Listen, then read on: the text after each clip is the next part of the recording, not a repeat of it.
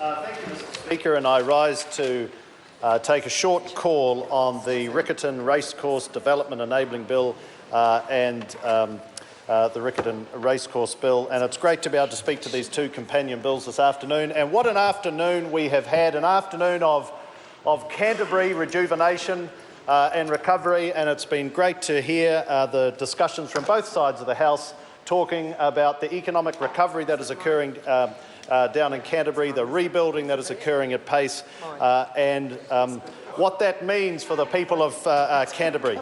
Mr. Speaker, that was a huge list of economic activity. We heard a lot about the positive attitude that's emanating from the region of Canterbury, and it deserves to be celebrated. And Mr. Speaker, before shortly we acknowledge somebody else, I'd like to acknowledge Jerry Brownlee, because these bills are part of his vision for the future of Canterbury. I see him very much, Mr. Speaker, as a statesman of the South Island, and he should be seen as such, a man of huge vision, a man who understands that enabling frameworks are critical for the success of a view of the future, sir, to come to pass. He understands the value of that, the value of talented people, goodwill and an inexhaustible energy for working for the people of Canterbury, Mr. Speaker.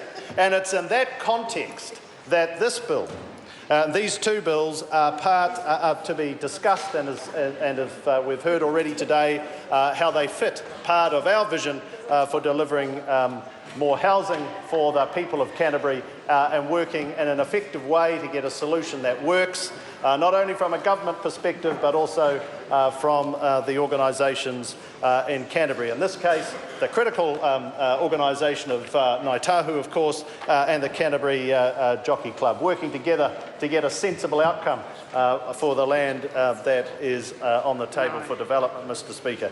And we do need more housing in Canterbury. We have a fantastic track record as a government in terms of responding to the challenges that befalled that community a number of years ago. 4,400 homes, built in 2014, 3 times more than the long-term average, and of course up 73% of the previous year. But it needs to be done, sir, because 13,000 homes were destroyed in those 2 earthquakes, and it is a long and focused campaign to be able to get those rebuilt, and this bill is part of our ongoing strategy in that regard, Mr. Speaker.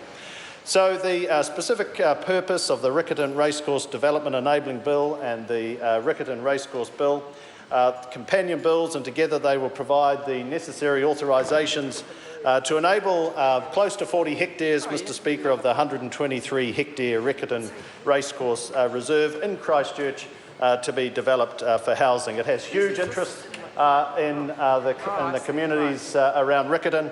And based on the numbers here this afternoon, it has huge interest in the House and Parliament as well.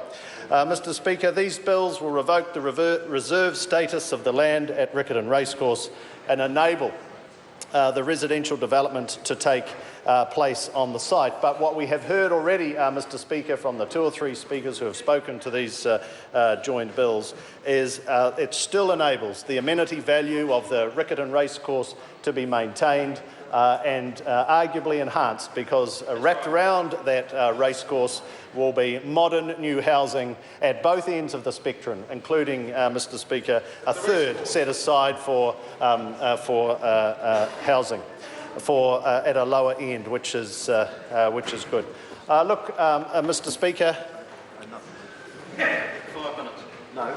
Mr. Speaker, it's very important when you look at the array of messages that you could impart on a bill such as this to know exactly the one that you want to draw out. But the one that I do want to highlight, just to conclude, Mr. Speaker, is I'm delighted that we've included here the right, acknowledged the right of refusal and first option for Ngāi Tahu. I think that working in development with the Canterbury Jockey Club, they will come up with a vision that will work for the people of Canterbury. They know how to build houses for the people of Canterbury. I've been to Wigram, I've seen that vision, and it just reinforces that not only public Housing New Zealand has a view of how housings can be built. There are others out there from the community who know how to build for the people and build for the people in a way that will endure over time, and I am sure that vision will deliver something fantastic for Canterbury. And Mr. Speaker, I commend this bill to the House.